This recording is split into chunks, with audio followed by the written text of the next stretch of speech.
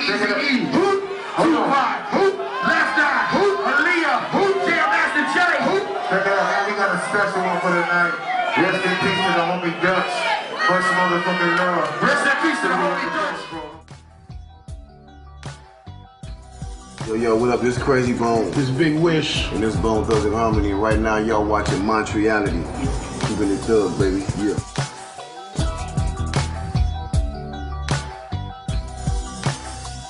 Our story? Man, our story is, we Bone Thugs and Harmony. Hard living. From Cleveland, Ohio. One-way bus tickets. Went from Cleveland to California. Easy E. Met Easy E, you know what I'm saying? And back to Cleveland. Basically put us on.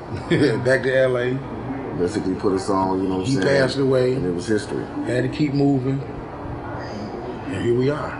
Oh, horrible.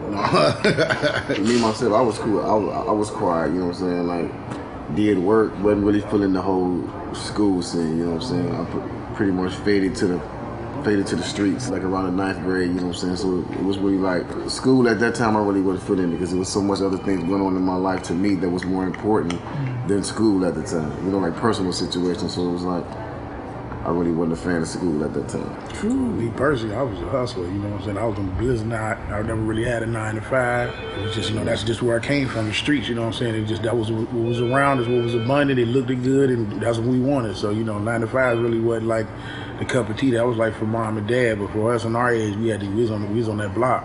Exactly. Man, a house. House, getting a house for the family, cars, anything you expect a young dude to go out there and do, we did it. Spin it, blow it, basically. Persistence, you know what I'm saying? Knowing the right people and truthfully, you know what I'm saying? Some people don't believe it and some people do, but be in the right place at the right time, luck, you know what I'm saying? Whatever you want to call it. It's real. And making that transition from the streets to the rap game, it's hard because everybody go through it. Like when you first get into it, like you really don't understand like who you are and like the effect you have on people now. So it's like you really don't start learning until you start getting in trouble and you start realizing what you can lose. Like because as street dudes, like we always think that we can stay in the streets, stay in the hood, but it never works out that way. Never. You know what I'm saying? Like, you always got to get up out of there. You always have to move. No matter how bad you want to stay in the hood and keep it real, you got to move. Because if you don't, you're going to either become a target or you're going to be done shot somebody, you know what I'm saying? Like, they're trying to come up in your house or do something like that. So, that's just the way it is. You got to think like a successful person. Oh, yeah, that's definitely, everything is like possible, you know what I'm saying? I think the media takes what they hear, you know what I'm saying, to stretch it out so far. People think we really hate each other when that's not the case. You know what I'm saying? We family and, best friends, you know what I'm saying? And before this rap thing, before this money and all of that. So, I always believe that we can come back together, you know what I'm saying? It's just whenever we feel like doing it. Oh man, we're working on a lot of different things. I'm working on the solo album, Chasing the Devil. Wish working on his album, working with several artists we got, you know what I'm saying, for the Life Entertainment, Sin Marley, the Bum QG Position, pop artists, Natasha from Australia. Man, we got a lot of stuff going on, you know what I'm saying? Like hopefully to be releasing these artists like real soon, like something this year, so. Not at all, because that was our plan from the beginning. To be individuals before we even got on. That was part of the plan to show individuality, and what I'm saying, even feature on each other's things. But to have those different avenues is just a blessing because a group can sometimes be complicated. So what I'm saying, we always were smart enough to know sometimes we're gonna walk off and do our own things. The first time we went out with Easy E, he took us to a video shoot. Oh shit! Down in California, it was like a whole bunch of Mexicans. You know what I'm saying? We went down there. We thinking everything cool, like these Easy's homies, you know what I'm saying? We in a video shoot, and these Mexican dudes, they get to fighting amongst themselves, like their own little set. They get to fighting amongst themselves, and they get to like shooting at each other, like doing the video. So everybody just get to scrambling, running. We running behind E, like Easy, he was like real short. He jumps up and tried to kick a door open. He jumped to kick the door, but the door didn't budge. He bounced way back, like boom, boom. So like we stuck in this garage, we can't get out. We ran the other way. Me and Wish ran out the other way. We trying to get into the van. Man, it was crazy. It was pandemonium. It was crazy. We ended up running up La Cienega that night. Hell yeah. Police came, helicopters. It was crazy. It was a quick taste of the LA life. Quick. Man, we was out in California, in LA. He got a call from P. Diddy at the time. He gave us a call and he was like, "Yo, Big is at the studio. He wants y'all to come through and rock out on this new album." So it was like cool, you know. We jumped up, we go to the studio, we go over there, Big had everything set out, had the Henny, had the herb, everything we needed, you know what I'm saying? Went in there and bam, knocked it out. Big was like, wow.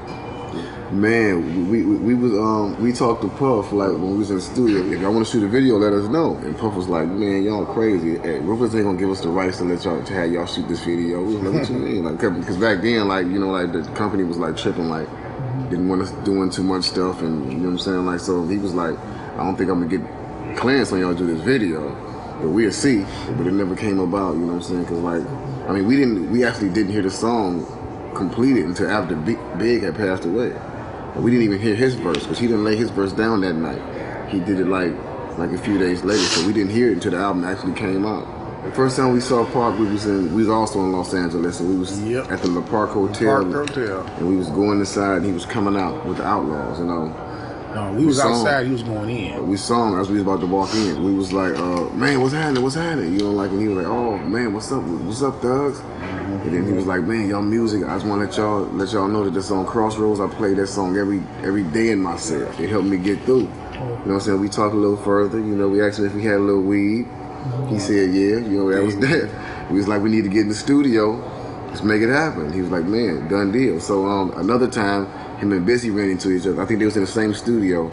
And you know, that's when the song came about. Like, he was like, man, let's just do this song. And they knocked it out. We came in after that, heard the song, put our parts on there, and it was history. I mean, we would have done a video, but you know, like that, it's crazy because like same thing. But after we done the song with Pac, he passed away. And then after we done the song with Biggie, he passed away. So it was like, it was crazy, like we were like back to back. We've been in the game so long that we still ain't worked with Dr. Dre. You know what I'm saying? That, waiting on you. That just gotta happen. Got to happen. You know Kanye.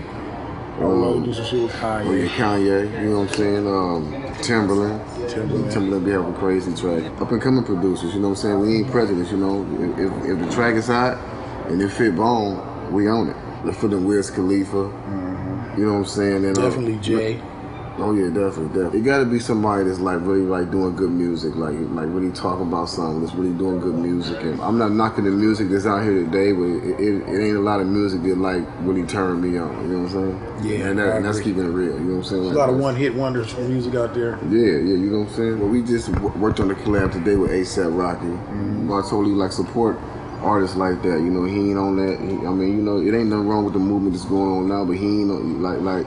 To me, like, he not really on that. I like the street vibe that he's saying, you know, like the raw, rugged vibe, you know what I'm saying? Like, that's why I'm really messing with it. It's all real. I can feel it's all real. So it ain't nothing but love, you know what I'm saying? And plus, he shot us out in a lot of things he do. Saying he get his influence from Bone Thugs and Harmony. So that's definitely a plus, you know, like, because a lot of artists come out rapping like us, rapping just like Bone. And you hear him in the interview and they say, yeah, my favorite rapper is Ice Cube or such and such, when they know they listen to Bone Thugs and Harmony.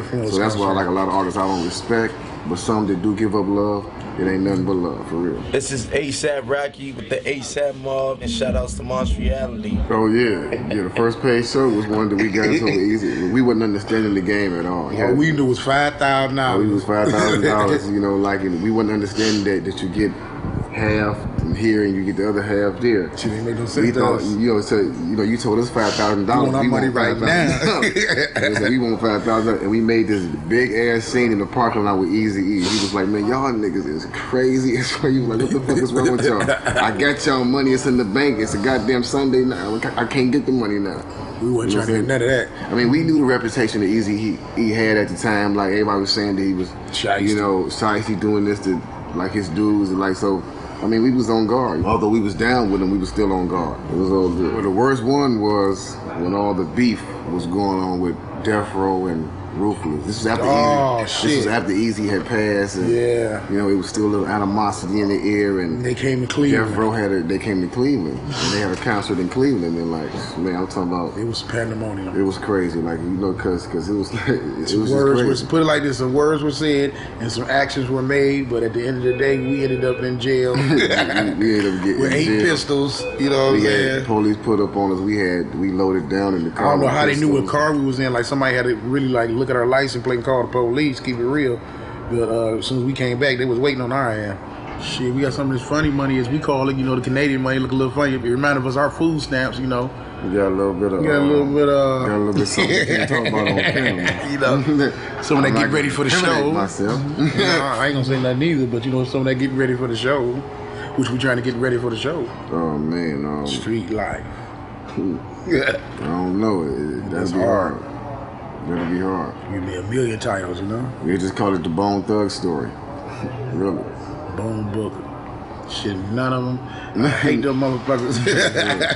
Yeah, I don't enjoy airports at all. No. You know what I'm saying? Like, I mean, like, especially these days. You know, I really don't like flying. Period. Yeah. You're going through airports just make it worse these days. You gotta take your belt off, your shoes off. You know, the next thing I'm gonna take your drawers. You know, you gotta get all the way naked. Yeah, it's like you're going to the county to visit one of your dudes in the joint or something. Damn. The love that we receive back from the people that love what we do, just like, you know, a lot of fans come up to us and tell us all the time that, you know, we saved their lives or we helped them out in their lives some kind of way, or they play Crossroads at somebody's funeral. That's the only song they can play because it reached so deep, just to be able to touch people and people to feel what we put so much heart and soul into, to be able to help somebody else. Really, that's really like a reward within itself. And the money, baby. The next time we come back, we coming with busy, lazy, and flexible.